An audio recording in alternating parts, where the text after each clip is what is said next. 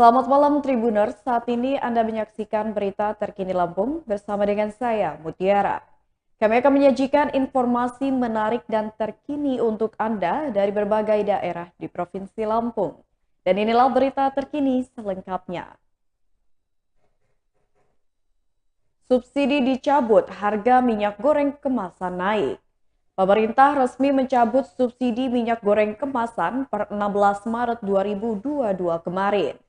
Subsidi hanya diberlakukan untuk minyak goreng curah dengan harga eceran tertinggi Rp14.000. Sejumlah minimarket di Bandar Lampung mulai menjual minyak goreng dengan harga non-subsidi.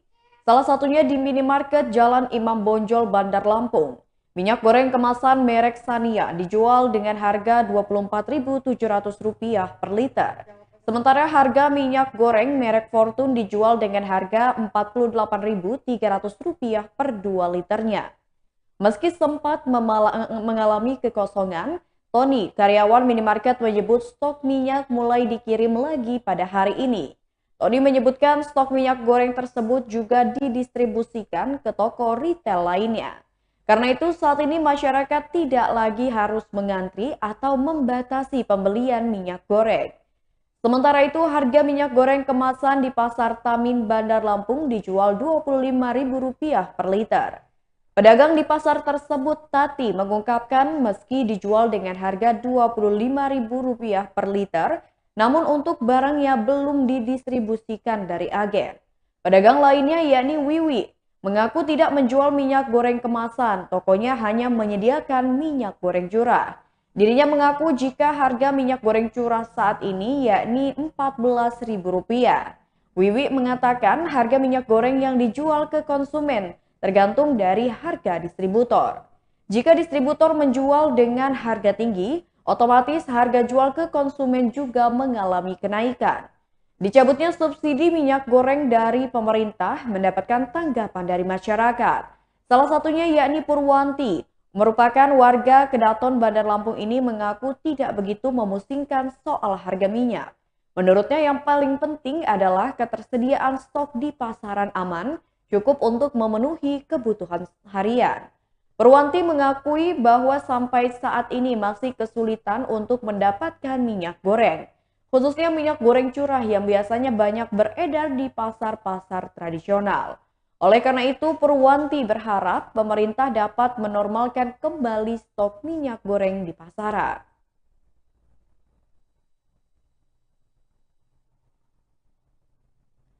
Berita selanjutnya, sejumlah ruko di Pasar Sukadana terbakar.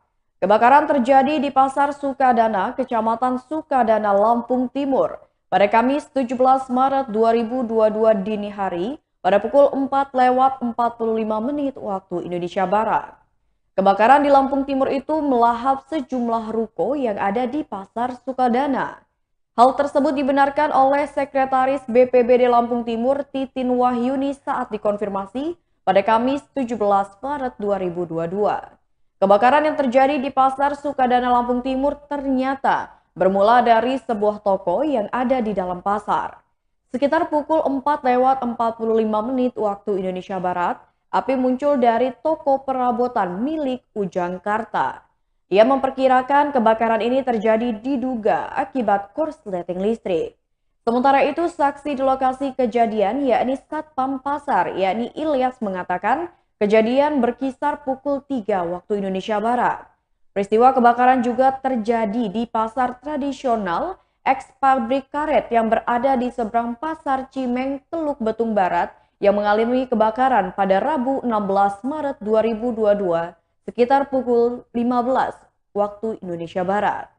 Junaidi, seorang pemilik kios di dekat pasar mengatakan api diduga berasal dari tengah-tengah kios. Saat itu Junaidi dan keluarga sedang berada di rumah yang juga dijadikan kios untuk berdagang. Tiba-tiba ia dikagetkan dengan adanya kebakaran dari tengah-tengah kios pasar. Junaidi mengatakan kios yang ikut terbakar yakni milik Herman dan Ade Azri. Kasih tanggap darurat evakuasi dan kebakaran BPBD Bandar Lampung Sutarno mengatakan, pihaknya mengerahkan 27 personel dan 7 kendaraan pemadam untuk memadamkan api di pasar tradisional eks pabrik karet. Sutarno mengaku total ada 8 kios yang terbakar dan hampir rata-rata 90% hangus terbakar. Meski demikian, tidak ada korban jiwa dari kejadian tersebut. Sementara itu, Camat Teluk Betung Barat, Idham Basyar menduga api berasal dari rumah berikut kios yang berada di tengah pasar. Tetapi dalam kejadian kebakaran pasar tersebut, dirinya Idham Basyar belum bisa memastikan secara pasti karena pihak kepolisian masih melakukan penyelidikan. Berdasarkan pantauan, kata Idham Basyar, banyak warga sekitar pasar turut berusaha memadamkan api. Aparat kepolisian bersenjata lengkap juga turut dalam mengamankan kebakaran tersebut. Akses jalan Kiai Haji Hashim Asy'ari di sekitar pasar yang terbakar macet total pada saat kejadian.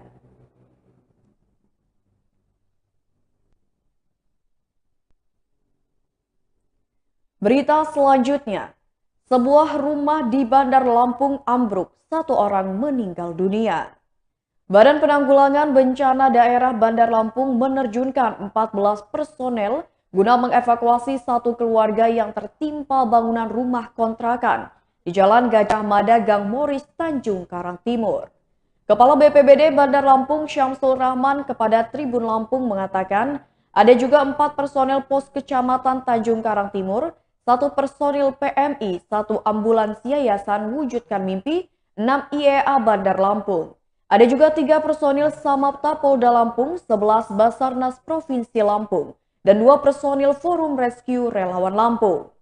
Tim gabungan melakukan evakuasi terhadap Suratmo dan keluarganya yang tertimpa bangunan rumah kontrakan. Pada pukul 3:49 waktu Indonesia Barat, korban sudah ditemukan tidak bernyawa lagi. Di dalam rumah tersebut, korban Suratmo yang berusia 50 tahun merupakan kepala rumah tangga yang didapati telah meninggal dunia. Sedangkan Sadiah dan anak-anak korban yakni Ranti mengalami luka ringan. Kejadian rumah ambruk yang menimpa Suratmo itu diketahui oleh tetangga korban yakni Emil. Saat ditemui Tribun Lampung pada Kamis 17 Maret 2022, ia mengatakan kejadiannya sekitar pukul 22:30 waktu Indonesia Barat. Saat itu ia mendengar suara gemuruh seperti gempa dan merobohkan rumah yang ditempati korban. Berikut keterangan tetangga korban.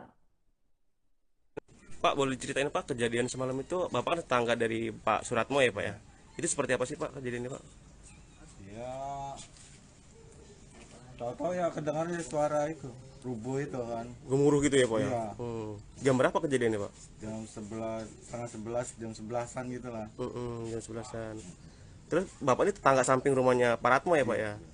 Nah saat kejadian itu selain terdengar gemuruh, ada suara apa lagi sih Pak? Ya nggak ada, cuman itu doang. Teriakan-teriakan dari dalam? Oh istrinya? Pas sudah rubuh, istrinya teriak. Berapa kali Pak teriaknya Pak? Ya 5 kalian ada. 5 kalian ya. Sempat terdengar apa Pak pas saat rubuh itu? Ya cuma gemuruh itu aja lah. Pak Ratmo ini tinggal di sini sudah lama Pak? Kalau di sini 2 bulan. Tapi dulu ya pernah ngontrak sini juga gitu. Oh bolak-balik aja ya Pak ya? Ya, pindah-pindah gitu. Waktu Bapak ngedengar gemuruh terus keluar, ngelihat Pak Ratmo di mana Pak? Kalau Pak Ratmo nggak kelihatan, Nggak kelihatan. cuman istrinya aja yang gitu. Oh histeris ya Pak ya? Ya. Kemudian bisa diketahui jenazah Pak Ratmo jam berapa tadi Pak, boleh tahu? Sekitar jam 4-an. Jam 4-an, petugas menemukannya ya Pak ya? Terus kemudian Berita selanjutnya, Pasutri di Tulang Bawang bersaing dalam Pilkakam. Ada yang menarik pada pesta demokrasi pemilihan kepala kampung serentak di Kabupaten Tulang Bawang pada Kamis 17 Maret 2022 hari ini. Sepasang suami istri di Kampung Mesir Dwijaya, Kecamatan Gedung Aji Baru, head to head bertarung memperebutkan kursi kepala kampung di wilayah setempat. Sepasang suami itu maju dalam pemilihan tanpa ada calon lain yang ikut berkompetisi. Pasangan suami istri itu adalah Barisi dan Mary Octavia. Barisi sang suami sebagai calon kepala kampung petahana atau incumbent yang mendapat nomor urut 1 Ia ditantang istrinya sendiri yakni Mary Octavia yang notabene adalah ketua TPPKK kampung tersebut dengan nomor urut 2. Meski menjadi rival pada pemilihan kepala kampung itu, keduanya terlihat mesra saat prosesi pencoblosan maupun pelaksanaan yang digelar pada Kamis pagi tadi. Ketua Panitia Pemungutan Suara Yani Rahmat membenarkan adanya calon kepala kampung yang berstatus sebagai pasangan suami istri.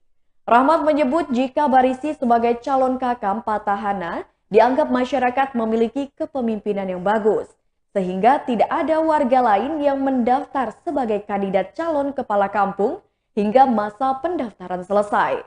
Karena secara aturan tidak membolehkan adanya calon tunggal atau istilahnya lawan kotak kosong, maka sang istri petahana tersebut yang dimajukan sebagai calon kepala desa. Pilkakam di wilayah itu berlangsung kondusif dengan tetap menerapkan protokol kesehatan. Diketahui Kabupaten Tulang Bawang hari ini menggelar pemilihan kepala kampung secara serentak. Tercatat ada 48 kampung menggelar pesta demokrasi dari 147 kampung yang ada di kabupaten setempat.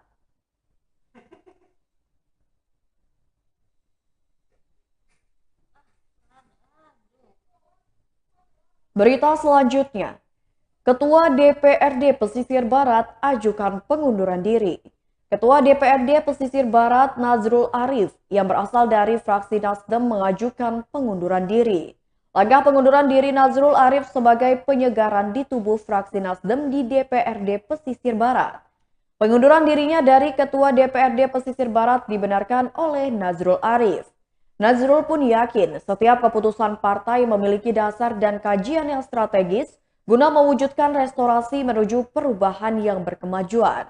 Menurut dirinya, pengajuan pergantian Ketua DPRD Pesisir Barat tersebut berdasarkan pertimbangan kondisi psikologis pasca ibundanya meninggal dunia setahun yang lalu, serta diiringi dengan kondisi ayahnya yang kini jatuh sakit. Nazrul menyampaikan niatnya secara lisan di hadapan Ketua DPD Nasdem Pesisir Barat, Agus Istiqlal. Nazrul menambahkan, belum lama ini dirinya dipanggil oleh Ketua DPW Nasdem Provinsi Lampung Herman HN. Dirinya memenuhi panggilan bersama dengan sejumlah anggota fraksi Nasdem di DPRD Pesisir Barat. Dirinya amat berharap pengurus DPW Nasdem Lampung segera mendukung akan usulan pergantian Ketua DPRD tersebut yang diperkuat dengan surat dari DPD Nasdem Pesisir Barat.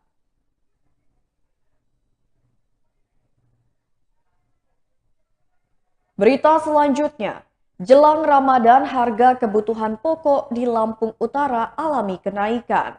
Menjelang bulan Ramadan 2022, sejumlah kebutuhan pokok di pasar tradisional Kabupaten Lampung Utara mulai mengalami kenaikan harga.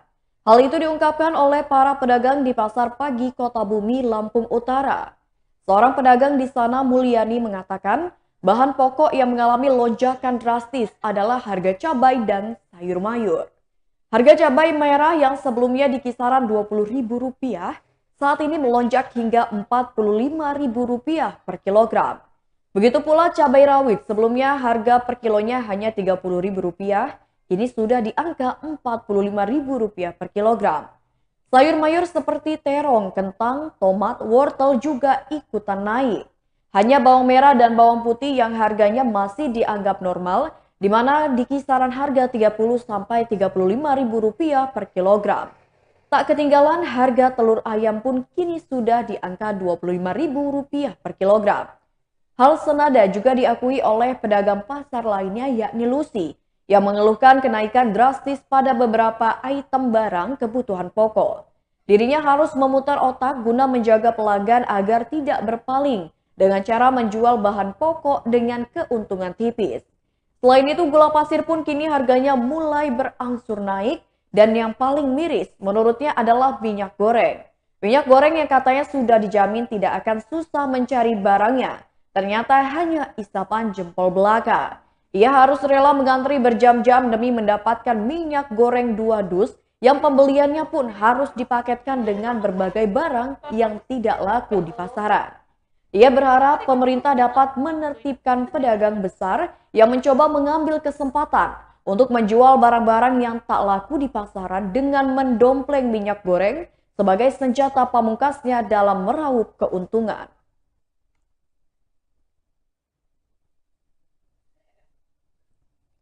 Baiklah Tribuners, itulah berita terkini Lampung bersama dengan saya Mutiara.